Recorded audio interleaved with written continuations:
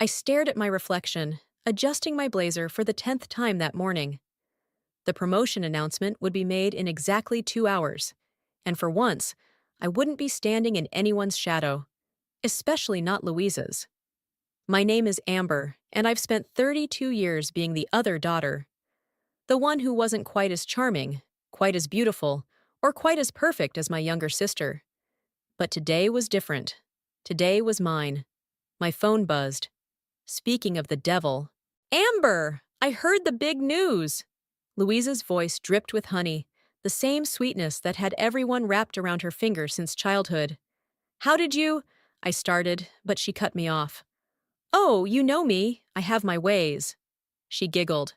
I'm actually heading to your office today. Roger invited me to lunch. Isn't that wonderful? My stomach twisted. Roger, my boss, had been oddly interested in my sister ever since she showed up at last year's company Christmas party. Why are you having lunch with my boss, Louisa? Don't be so suspicious, silly. Can't I celebrate my big sister's success? The memory of my 8th birthday party flashed through my mind.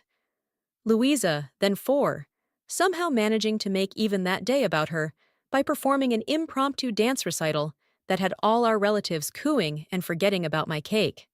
Sure, I replied, trying to keep my voice neutral. I've got to go. Big day ahead.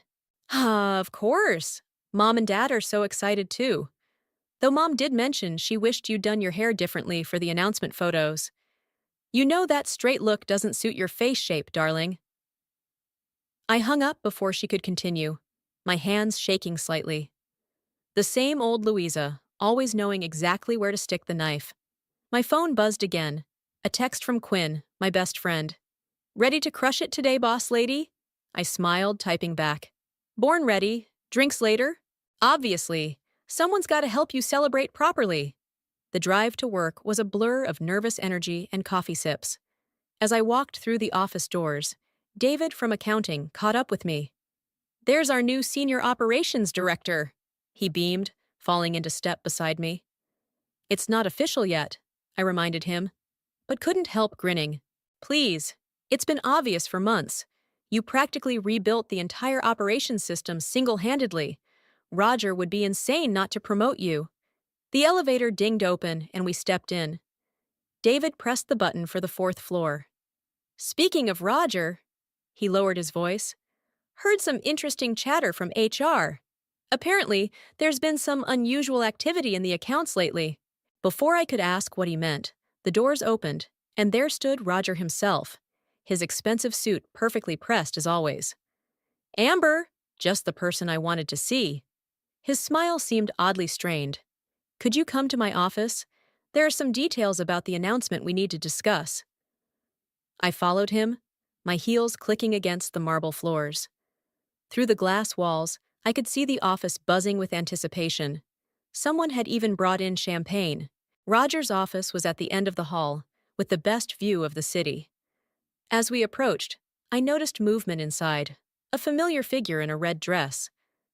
Surprise! Louisa spun around in Roger's chair, her perfect curls bouncing. I came early. I just couldn't wait to see my sister's big moment. Roger's hand pressed against my back, guiding me inside. Louisa was just telling me the most fascinating story about your childhood ballet recital. The one where you fell off the stage? I felt my face burn. That was 25 years ago. But so memorable. Louisa stood up, smoothing her dress. Roger and I were just discussing how important grace under pressure is in leadership roles. Something in their shared glance made my skin crawl.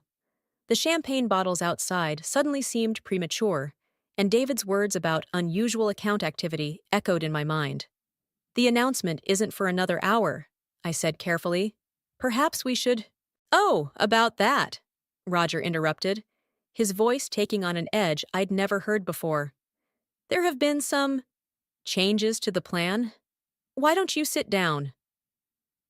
As I sank into the chair across from his desk, watching Louisa perch herself on its edge with that familiar victorious smile, I realized this wasn't going to be my day after all.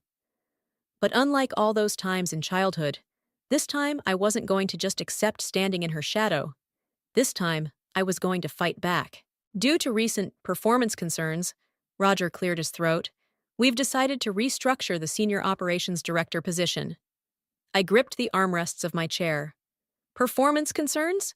My last review was exemplary. Yes, well, Roger shuffled some papers on his desk, not meeting my eyes. Louisa has brought some issues to my attention. Louisa, I turned to my sister. What could you possibly know about my work performance? She leaned forward, her perfectly manicured hand patting my knee. Oh, sweetie, I was just looking out for you. Remember that merger proposal you worked on last month?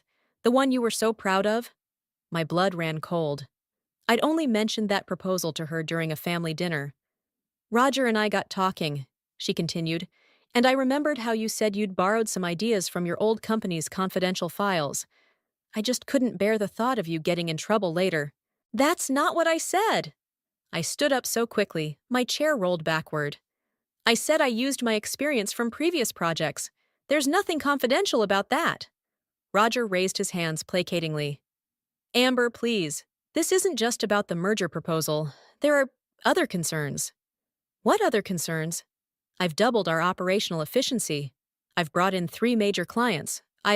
You've also been rather aggressive in your management style, Louisa interjected smoothly.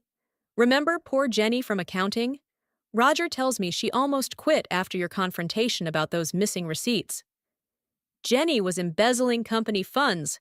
I caught her and reported it, as was my duty.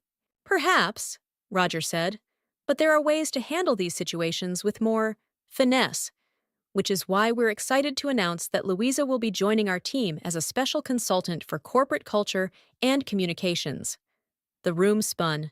She doesn't even work in this industry. I've been taking some online courses. Louisa smiled brightly. And Roger thinks my people skills will be invaluable.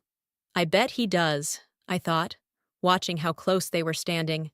So what happens to my promotion? I asked, already knowing the answer. We'll be creating a new position for you, Roger said. Assistant Operations Manager, reporting directly to the new Senior Director once we find the right candidate. A demotion. They were actually demoting me. My phone buzzed, Quinn asking if I wanted her to grab lunch later. The champagne bottles outside caught my eye again, and suddenly I couldn't breathe. I need some air, I muttered, heading for the door. Oh, and Amber, Louisa called after me. Mom wanted me to remind you about dinner on Sunday. She's making your favorite. Well, what she thinks is your favorite. I told her you actually prefer chicken to salmon now, but you know how she never listens to me about you. I barely made it to the bathroom before throwing up my breakfast. As I rinsed my mouth, memories flooded back. Louisa accidentally spilling wine on my graduation dress. Louisa dating my high school crush 2 days after he broke up with me. Louisa somehow always being there when things went wrong in my life. The bathroom door opened, and David slipped in, ignoring the women's room sign. I saw what happened, he said quietly. You okay? I laughed bitterly. Okay? My sister just torpedoed my career and is probably sleeping with my boss. I'm fantastic. About that. David glanced around before lowering his voice. Remember what I said about unusual account activity? I've been tracking some strange transfers. Large sums moving through shell companies, all authorized by Roger. I straightened up. What kind of transfers? The kind that get people fired or arrested. I haven't gathered enough evidence yet, but the door started to open, and David quickly ducked into a stall. Louisa walked in, her red dress a slash of color in the sterile bathroom. There you are. I was worried about you, running off like that. Sure you were. She sighed dramatically. I know you're upset, but this is really for the best. You've always pushed yourself too hard, tried to be something you're not. This way, you can focus on what you're good at, supporting others. I met her eyes in the mirror. Like I've always supported you? Exactly, she beamed, missing or ignoring my sarcasm. Now I should get back. Roger and I have lots to discuss about the new corporate culture initiatives. After she left, David emerged from the stall. I have access to the financial records, he whispered. If you want to know what they're really up to. I thought about all the times I'd taken the high road, all the times I'd let Louisa win to keep the peace. Not this time. Show me everything, I said. Late that night, David and I hunched over his laptop in an empty conference room, surrounded by spreadsheets and financial reports. See these transactions? David pointed to a series of numbers. Every month, exactly $250,000 gets transferred to this offshore account, then split into smaller amounts and distributed to these shell companies. And Roger authorizes all of these? His digital signature is on everything. But here's where it gets interesting. David pulled up another document. 3 months ago, one of these companies hired a new consultant. Look at the name. My stomach dropped. Louisa Russell Consulting, LLC. Registered just 4 months ago. She's been getting monthly payments of $50,000 for strategic advisory services. The door handle jiggled, and we froze. I quickly switched off the laptop screen as Roger's assistant walked in. "Oh, sorry, I didn't know anyone was still here," she said, grabbing a forgotten coffee mug. After she left, I let out a shaky breath. "We need somewhere safer to do this." "My place?" David suggested. "I have everything backed up there anyway." An hour later, we sat in David's apartment, papers spread across his dining table. Quinn perched on the counter, nursing a glass of wine. "So your sister's not just sleeping with your boss, she's helping him embezzle company money?" Quinn whistled. "That's low, even for Louisa." "We don't know they're sleeping together," I said automatically, then caught their skeptical looks. "Okay, they probably are." "The question is," David said, "what's the money actually for? These shell companies all seem to connect to competitors in some way." My phone buzzed, a text from Louisa. "Having dinner with Roger. He has such wonderful ideas for the company's future. You'll love working with both of us." I threw my phone onto the couch. "I might have a way to find out more," Quinn said slowly. "My cousin works at the SEC. If there's any ongoing investigations into these companies—" "That could take too long," I replied. "Roger's probably already working on pushing me out completely. We need something concrete and fast." David's fingers flew across his keyboard. "Roger keeps his most sensitive files on an encrypted drive in his office. If we could access that—" "How? He never leaves his office unlocked." Quinn grinned. "Doesn't he have that charity golf tournament tomorrow?" The next day, I watched through the glass walls as Roger left for his tournament, Louisa on his arm in a tiny golf skirt. As soon as they disappeared, I headed to his office. "Security cameras?" I asked David through my earpiece. "Looped. You have 20 minutes before the system resets." My hands shook as I used the master key I'd borrowed from facilities maintenance. Inside Roger's office, everything screamed wealth and power, from the leather chairs to the abstract art probably worth more than my annual salary. "The drive should be in his desk drawer," David's voice crackled. "It's USB, black with a red stripe." I found it exactly where he said, but as I reached for it, voices approached. "Just forgot my lucky golf ball," Roger's voice carried down the hall. "Hide!" David hissed unnecessarily. I ducked behind the massive leather couch just as Roger and Louisa entered. "Are you sure about this?" Louisa's voice was uncertain for once. "What if she finds something?" "Impossible. Everything's encrypted. Besides, your sister's always been predictable.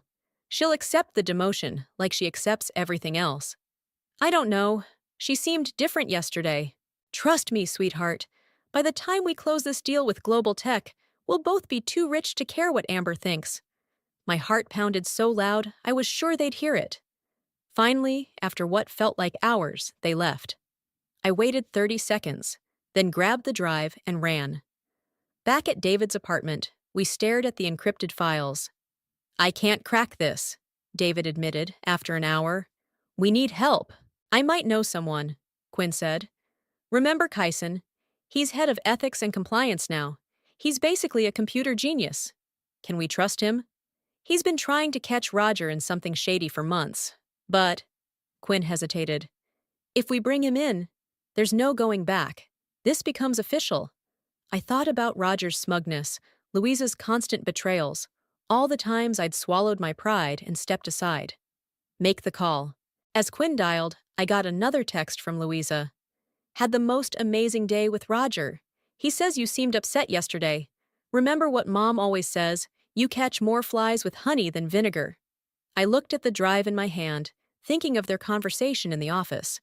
Whatever deal they were planning with Global Tech, whatever they were embezzling money for, I was going to expose it all. Time to show them just how unpredictable I could be. Kyson's office felt like a confessional booth. Small, private, and thick with tension. He studied the data on his screen, occasionally muttering under his breath. "This is bigger than corporate embezzlement," he finally said. "Roger's been selling company secrets to Global Tech through these shell companies. Your sister's been acting as the go-between. Can you prove it?" I leaned forward. "Give me an hour with this drive." He cracked his knuckles. "But Amber, once I start digging officially, I can't stop. Are you ready for what this could do to your sister?" Before I could answer, my phone lit up with Roger's name. "Where are you?" His voice was sharp. "We have a department meeting." "On my way," I said, trying to sound normal. "Bring the quarterly reports. And Amber, let's discuss your recent, unauthorized overtime hours." My blood ran cold. Had he noticed the security footage? The department meeting was excruciating. Roger sat at the head of the table, Louisa perched beside him like a queen. She'd somehow acquired a company laptop and badge already. "As part of our new corporate culture initiative," Louisa announced, "we'll be conducting detailed reviews of all departmental activities, starting with operations." "Speaking of operations," Roger added, "Amber, those overtime hours you logged last week, what exactly were you working on?" "Project documentation," I said smoothly, "for the handover you requested." "Interesting." He shared a look with Louisa. "Because IT reported some unusual access attempts to secure servers during those hours." "Really?" I forced a confused smile. "Must be a system glitch." "Must be," Louisa agreed sweetly. "Though you do look tired, sis. Maybe you're working too hard. Mom's always worried about your stress levels." After the meeting, David caught up with me in the break room. "They know something's up," he whispered. "Roger's been asking a T to audit all recent system access. We need more time." I grabbed my coffee. "Kyson's still working on—" "Working on what?" We spun around. Louisa stood in the doorway, her head tilted innocently. "The quarterly reports." I recovered quickly. "Kyson from Ethics needs them for compliance review." "Ethics?" Something flickered across Louisa's face. "Why would Ethics need operational reports?" "Standard procedure," David jumped in. "New company policy." "Really?" Louisa's smile didn't reach her eyes. "I'll have to discuss that with Roger. We wouldn't want anyone wasting time on unnecessary reviews." After she left, David grabbed my arm. "We need to warn Kyson." But when we reached his office, it was empty. His computer was dark, and the encrypted drive was gone. "Looking for this?" Roger's voice came from behind us. He held up the drive, Louisa at his side. "Interesting choice of lunch break activity, Amber. Corporate espionage doesn't suit you." "Neither does fraud," I shot back, "or selling company secrets." "Careful," Louisa warned. "These kinds of accusations could really damage your career. And your severance package." "Where's Kyson?" David demanded. "Called away to an urgent meeting," Roger smiled. "He'll be quite busy for the next few days. Now, about your employment status." "You can't fire me without cause," I said. "And you can't hide what you're doing forever." "Hide?" Louisa laughed. "Amber, sweetie, you always see conspiracies where there's just business. Remember when you thought I deliberately ruined your college interview? Sometimes things just don't go your way. The interview you showed up to drunk, making a scene about your boyfriend dumping you? That wasn't an accident, Louisa. None of this is." Roger stepped between us. "I'm being generous here, Amber. Resign quietly, sign an NDA, and we'll provide excellent references. Fight this, and what?" Quinn's voice rang out. She stood in the doorway, phone raised. "Sorry, what were you saying about NDAs and threats? The recording's a little unclear." Roger's face darkened. This is a private conversation. Not anymore. Quinn smiled. By the way, Kyson's not at a meeting. He's with the board of directors. Turns out he made copies of everything before you grabbed that drive. Louisa's perfect composure cracked. You're bluffing. My phone buzzed. A text from Kyson. Board meeting tomorrow, 9 a.m. Bring everything you have. They want to hear it all. I held up my phone. Want to bet? For the first time in our lives, I watched Louisa's confidence crumble. Roger grabbed his phone, barking orders as he strode away. Louisa lingered, her face a mix of anger and something else. Fear. Why are you doing this? She whispered. Because, I said, it's time someone showed you what it feels like to stand in someone else's shadow. They're going to fight back hard, Kyson warned, spreading documents across my dining room table. Roger's already called his lawyers, and your sister's been reaching out to board members all afternoon. Quinn poured more wine. Let them try. We have the evidence. Evidence they'll try to discredit, David added, scrolling through his laptop. Roger's already claiming the financial records were tampered with. My phone buzzed. Mom calling for the 5th time. I declined again. Louisa called them, didn't she? Quinn guessed. Probably crying about how I'm trying to ruin her exciting new career opportunity. I rubbed my temples. She's always been good at playing the victim. Focus, Kyson interrupted. The board meeting is in 12 hours. We need to make our case bulletproof. A knock at the door made us all freeze. Through the peephole, I saw Louisa, mascara smeared. I know you're in there, she called out. Please, Amber, 5 minutes. Quinn grabbed my arm. Don't. But I was already opening the door. Louisa burst in, looking less polished than I'd ever seen her. You have to stop this. Why? Afraid of people finding out who you really are? You don't understand. She paced my living room. Roger has connections, powerful ones. If this gets out, it won't just hurt him. Should have thought of that before you helped him steal company secrets. I didn't know. She spun around. Not at first. He said he just needed someone to help smooth things over with competitors. By the time I realized what was happening. You were in too deep? Kyson asked coldly. And making too much money to care? Louisa's face crumpled. He said he loved me. Right, I laughed bitterly. Like Tommy said he loved you in high school? Right before you told him I'd been cheating on him? That was different. We were kids. And now? What's your excuse now, Louisa? She sank onto my couch. Mom and Dad will never forgive me if this goes public. That's what you're worried about? Their approval? I shook my head. You never had to worry about that. You've had it since the day you were born. That's not true. Do you know how hard it is, being the pretty one, the charming one, everyone expecting perfection all the time? David snorted. Poor you. Get out, I said quietly. You've got 12 hours to decide, Louisa. Either you come clean to the board yourself, or I'll do it for you. After she left, Kyson pulled out his phone. I recorded that whole conversation. Could be useful tomorrow. You think she'll turn on Roger? Quinn asked. No, I said. She'll do what she always does. Find a way to make herself the sympathetic character in all this. My phone buzzed again. A text from Mom. Your sister's crying her eyes out. What have you done now? Classic, Quinn muttered, reading over my shoulder. Want me to call her? Set her straight? No. I turned back to the documents. Tomorrow isn't about convincing my parents. It's about justice. We worked through the night, organizing evidence, preparing presentations. Around 3 a.m., Kyson pulled me aside. There's something you should know, he said quietly. I did some digging into Roger's connections. He's got dirt on 2 board members. They might try to shut this down before you can present everything. What kind of dirt? The kind that makes our evidence look like a parking ticket. He hesitated. Are you sure you want to go through with this? Roger's offering a pretty generous severance package. I thought about Louisa's tears, probably being performed right now for our parents. About Roger's smug confidence that I'd back down like always. What time's the meeting? 9 a.m. sharp, boardroom A. I'll be there. After everyone left, I stood at my window, watching the city lights.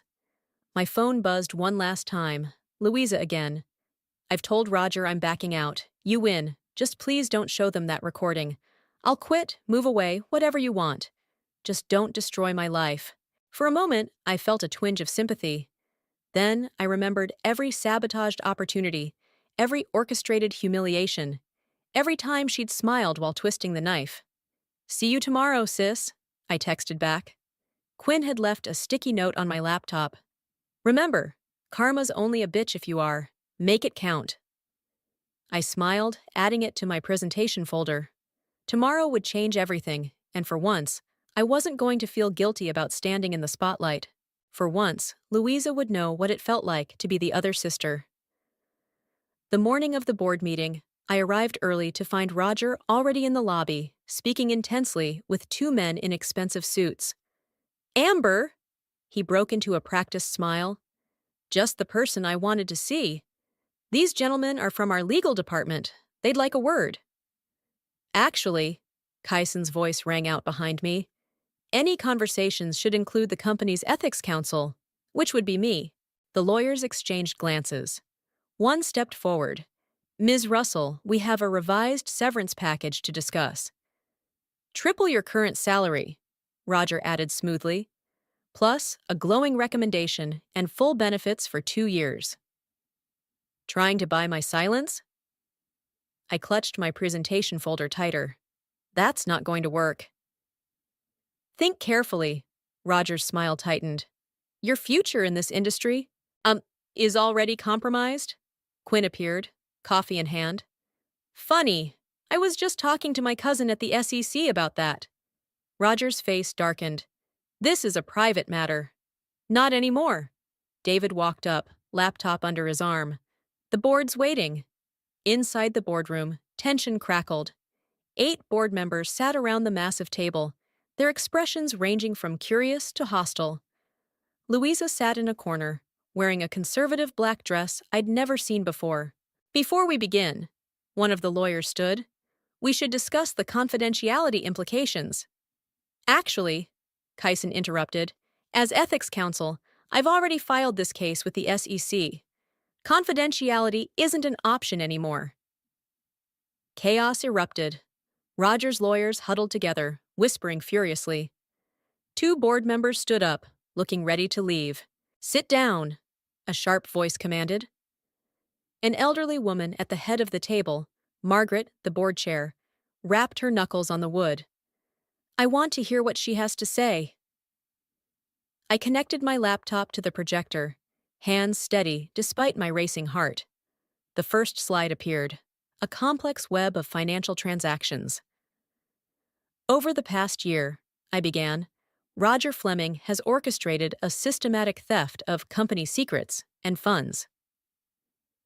Allegations without proof, one of the lawyers interjected. Really? I clicked to the next slide. These transfers to offshore accounts, all authorized by Roger, total over $3 million.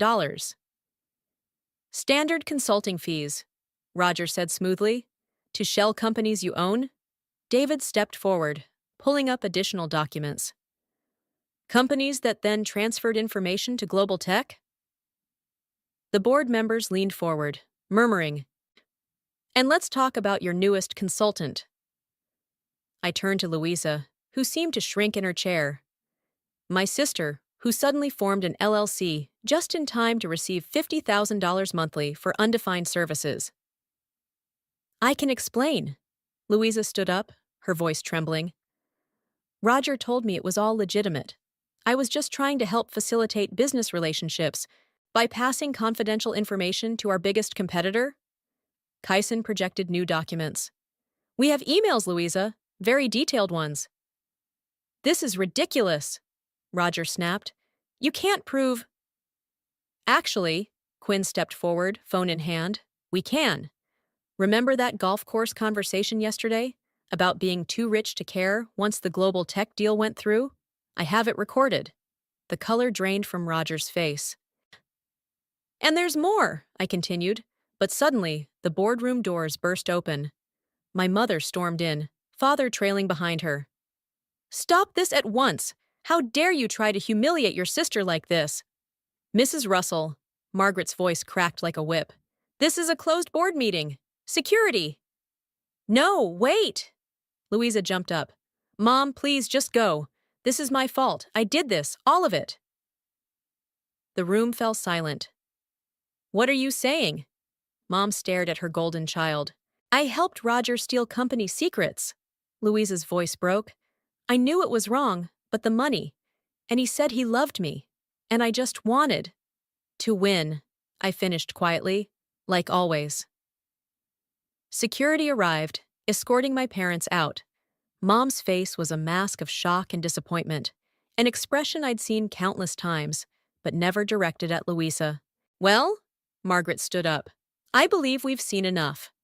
Roger, you and your lawyers can wait outside while we discuss next steps.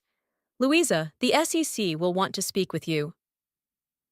As they filed out, Louisa paused beside me. "I really am sorry," she whispered, "for everything." I didn't answer. 28 years of manipulations and betrayals couldn't be erased with one apology. "Amber," Margaret called, "please stay. The board has another matter to discuss." Quinn squeezed my shoulder as she left with David and Kyson. Through the glass walls, I could see Roger being escorted out by security, Louisa following with SEC agents, and my parents watching in disbelief. For the first time in my life, all eyes were on me, and I wasn't in anyone's shadow. "Well," Margaret leaned back in her chair, "this has been quite the morning." The remaining board members murmured in agreement. Through the glass walls, I could see the chaos unfolding. Security escorting Roger out, SEC agents conferring with Kyson, my parents arguing with Louisa in the lobby. "Your investigation was thorough," one board member noted. "Perhaps too thorough. Some might say obsessive." "With respect," I straightened my spine. "When someone tries to destroy your career and steal from your company, thoroughness is a virtue." And the fact that it was your sister?" Another member raised an eyebrow. "That didn't cloud your judgment?" "That's exactly why my judgment wasn't clouded," I replied. "I know exactly who Louisa is and what she's capable of. I've had a lifetime of experience." Margaret's lips twitched. "Tell me, what would you do about global tech?" "Excuse me? They clearly have our proprietary information. How would you handle it?" I blinked, then realized this was a test. First, I'd audit everything Roger and Louisa sent them. Then, I'd approach their board directly. They're probably unaware their executives were engaging in corporate espionage. The threat of exposure would force a settlement. And internally? Full transparency with our employees, new security protocols, and, I took a deep breath, a complete restructuring of the operations department. The boardroom door opened and Quinn burst in, ignoring the protests of security. "Sorry to interrupt, but you need to see this." She held up her phone. "Roger just tried to delete the entire operations server remotely." "Tried?" Margaret asked sharply. "David caught it in time. He's locking everything down now, but—" "That server contains all our client data," I explained to the board. "If he'd succeeded—" "He's being arrested as we speak," Quinn added. "But he's demanding to talk to you, Amber. Says he has a deal to offer." "No deals." Margaret stood up. "Amber, go with security to Roger's office. We need to know exactly what he had access to." In Roger's office, David was already working on Roger's computer while Kyson documented everything. "His personal files are corrupted," David reported, "but I found something interesting. Emails to Global Tech dating back 2 years. Louisa wasn't his first accomplice." "Who was?" "Board member James Mitchell. That's why Roger was so confident about shutting down the investigation." My phone buzzed. Louisa calling. I declined. "She's been calling nonstop," Quinn said. "The SEC agents want her to wear a wire, get Roger to confess everything." "She won't do it," I said. "She never implicates herself." But 5 minutes later, Kyson rushed in. "Your sister just agreed to cooperate. She's meeting Roger now." We crowded around Kyson's tablet, watching the live feed from Louisa's wire. Roger sat in a holding room, his perfect suit now wrinkled. "Baby, you have to help me," he pleaded. "Tell them it was all my idea." "Like you told James Mitchell to do?" Louisa's voice was steady. "I found the emails, Roger. I know I wasn't the first. That was different." "Was it? Was I different? Or just convenient because I was Amber's sister?" Roger's face hardened. "You really want to play it this way? Remember who suggested selling to Global Tech in the first place. Your fingerprints are all over this." "Yes," Louisa agreed. "They are. That's why I'm making a deal." The door burst open, SEC agents flooding in. Roger's face contorted as he realized what had happened. "You little—" The feed cut off. "Well," Quinn whistled, "guess she finally picked the right side." My phone buzzed again. A message from Margaret. "Board meeting, now." Back in the boardroom, Margaret stood at the head of the table. "James Mitchell has resigned," she announced. "Roger and Louisa will face federal charges, which leaves us with several vacant positions to fill." She turned to me. "The board has voted. We'd like to offer you the position of Chief Operations Officer, effective immediately." I stared at her. "CUO? But—" "You uncovered corporate espionage, protected company assets, and demonstrated exceptional leadership under pressure." She smiled. "Unless you'd prefer the assistant manager position Roger suggested." Before I could respond, there was a commotion outside. Through the glass, I saw my parents arguing with security again. "Go," Margaret nodded. "Handle your family first. We'll draw up the paperwork." In the lobby, Mom looked lost. "I don't understand. Louisa said, she always said—" "She lied, Mom. She always lies." "But she's your sister." "Yes," I agreed. "She is. And now she's facing the consequences of her actions, just like I've faced the consequences of being her sister for 28 years. Dad touched Mom's arm. "We should go home. Process this." As they left, Quinn appeared beside me. "You okay?" I watched my parents' retreating backs, thinking of all the times they'd believed Louisa over me. "Actually," I smiled, "I'm great. I have a new job to prepare for." The morning sun streamed through my new corner office windows as I reviewed the final settlement papers. Global Tech had agreed to pay triple damages, plus a public apology. Roger faced 15 years in federal prison, and Louisa had gotten a reduced sentence in exchange for her cooperation. A knock at my door made me look up. David entered, grinning. "The new security protocols are live. No one's accessing our servers without triple authentication now." "Good." I signed the last document. "How's the new team settling in?" "They're actually excited about the changes. Transparency looks good on this company." My phone buzzed. A text from Quinn. "Turn on the news." I grabbed the remote, switching on the office TV. Roger's face filled the screen as reporters swarmed him outside the courthouse. "No comment," he snarled, trying to shield his face. The camera panned to Louisa, looking small in a plain blue suit. "I made terrible mistakes," she was saying. "I betrayed my company, my family, and myself. All I can do now is try to make it right." "Think she means it?" David asked. Before I could answer, my office door opened again. Mom stood there, looking uncertain. "Security called up," I said. "You can come in." She stepped inside, clutching her purse. "Your father wanted to come, but—" "But he's still processing?" She nodded, then noticed the TV. "Oh." We watched in silence as Louisa was led away by her lawyers. "I got your letter," Mom finally said. The letter I'd written, explaining everything. Not just Roger and Louisa, but 28 years of manipulation, favoritism, and hurt. "And?" I kept my voice neutral. "I've been seeing a therapist." She twisted her wedding ring. "She's helping me understand patterns, behaviors." She took a deep breath. "Mistakes." "Mom?" "No, let me finish. I failed you, Amber. I let Louisa's brightness blind me to her cruelty, to your pain." Her eyes filled with tears. "I'm so sorry." The intercom buzzed. "Ms. Russell, the board meeting starts in 5 minutes." I have to go. I stood up. Of course.